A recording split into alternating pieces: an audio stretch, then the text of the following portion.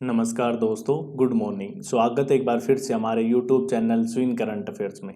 दोस्तों आज हम बात करेंगे 30 अक्टूबर के जितने भी करंट अफेयर से रिलेटेड इंपॉर्टेंट क्वेश्चन हैं उन सभी के बारे में। तो चलिए अब बात करते हैं आज के करंट अफेयर्स के बारे में। फर्स्ट क्वेश्चन, हाल ही में कितने खिलाड़ियों को मेजर ध्यानचंद खेल रत्न पुरस्कार के लिए नामित किया गया है?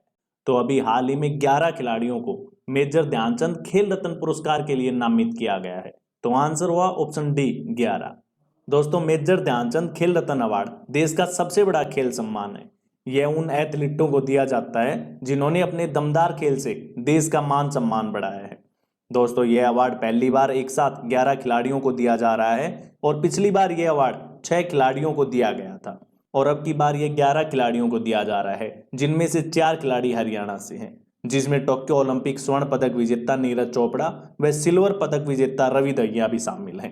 दोस्तों इन 11 खिलाड़ियों में 5 पैरा एथलीट को भी सम्मानित किया जाएगा। दोस्तों बात करें मेजर ध्यानचंद खेल रत्न पुरस्कार की, तो इसे पहले राजीव गांधी खेल रत्न पुरस्कार के नाम से जाना जाता था।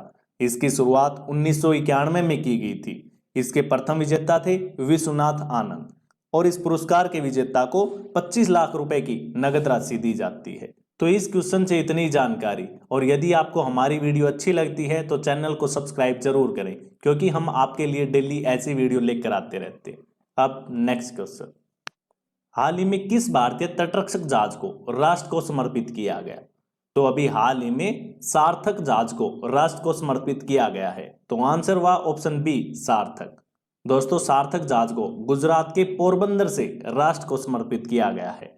दोस्तों यह स्वदेश निर्मित जहाज है जिसे गोवा से भारतीय तटरक्षक बल के महानिदेशक के नटराजन के द्वारा कमीशन किया गया और अब भारतीय तटरक्षक जहाज सार्थक की कमान उप महानिरीक्षक एम सैयद के पास है। इसमें 11 अधिकारी व 101 10 कर्मी शामिल थे।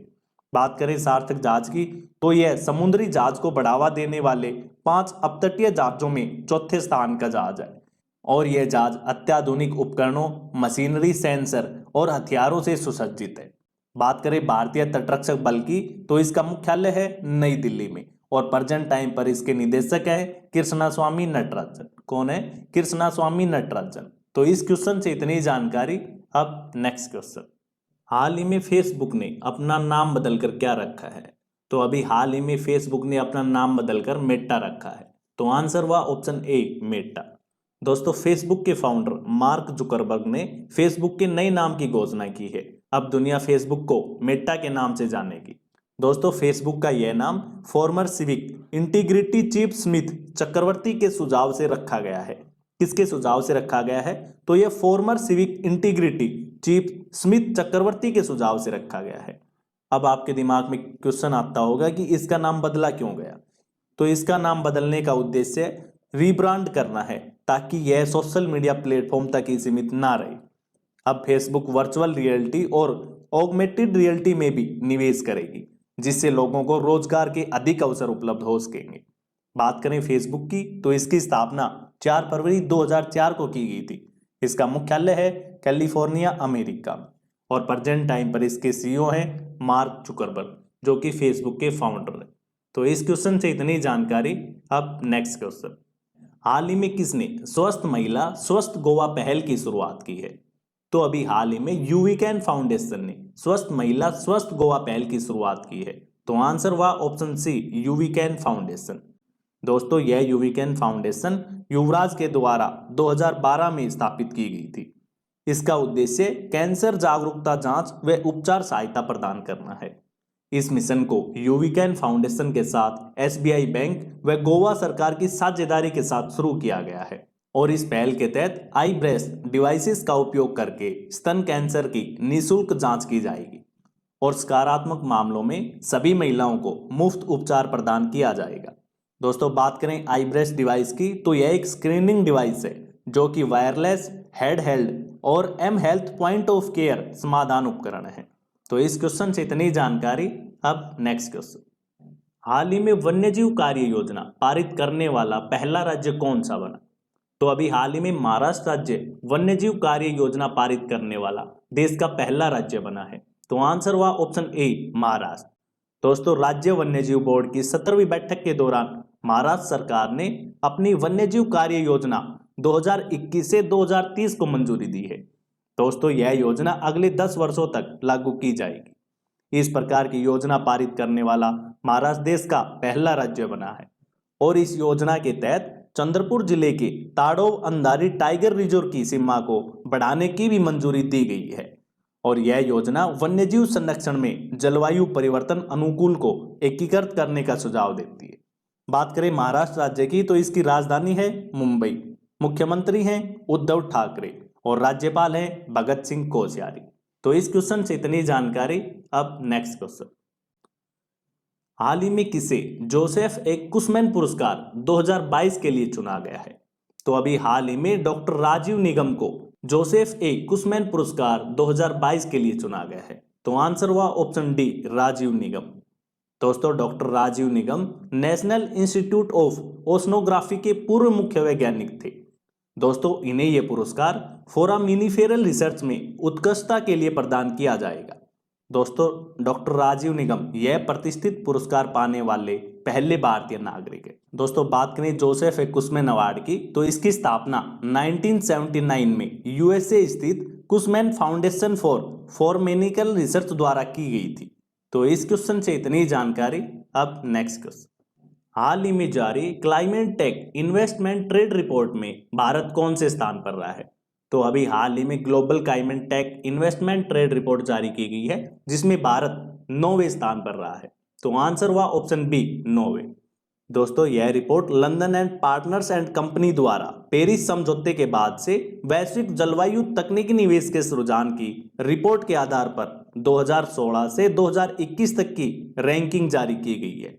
इस रैंकिंग लिस्ट में शीर्ष 10 देशों में भारत ने 9वां स्थान हासिल किया, जबकि अमेरिका ने प्रथम स्थान हासिल किया, चीन ने दूसरा स्थान हासिल किया और स्वीडन ने तीसरा स्थान हासिल किया। तो इस क्वेश्चन से इतनी जानकारी। अब नेक्स्ट क्वेश्चन, हाल ही में किस राज्य ने education at your door step यानी शिक्षा आपके द्वार योजना शुरू की है? तो अभी हाल ही में तमिलनाडु राज्य ने education at your door step यानी शिक्षा आपके द्वार योजना की शुरुआत की है। तो आंसर हुआ ऑप्शन ए, तमिलनाडु।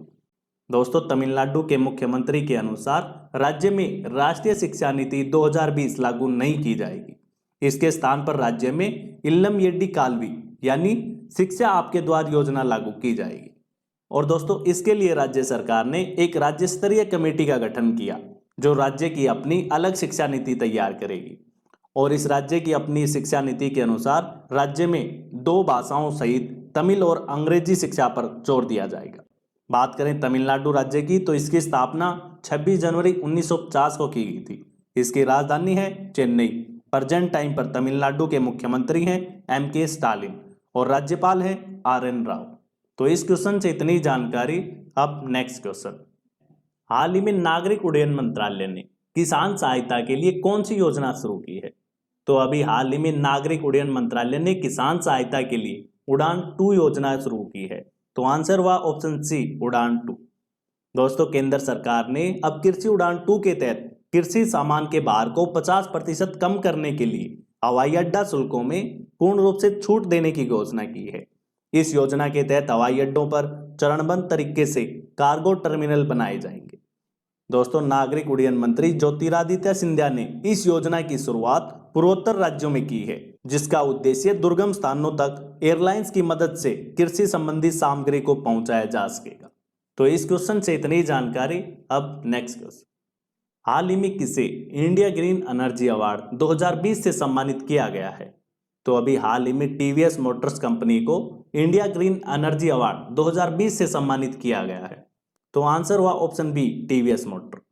दोस्तों Indian federation of green energy द्वारा इंडिया ग्रीन एनर्जी अवार्ड 2020 के तीसरे संस्करण में TVS मोटर्स कंपनी को इस अवार्ड से सम्मानित किया गया है।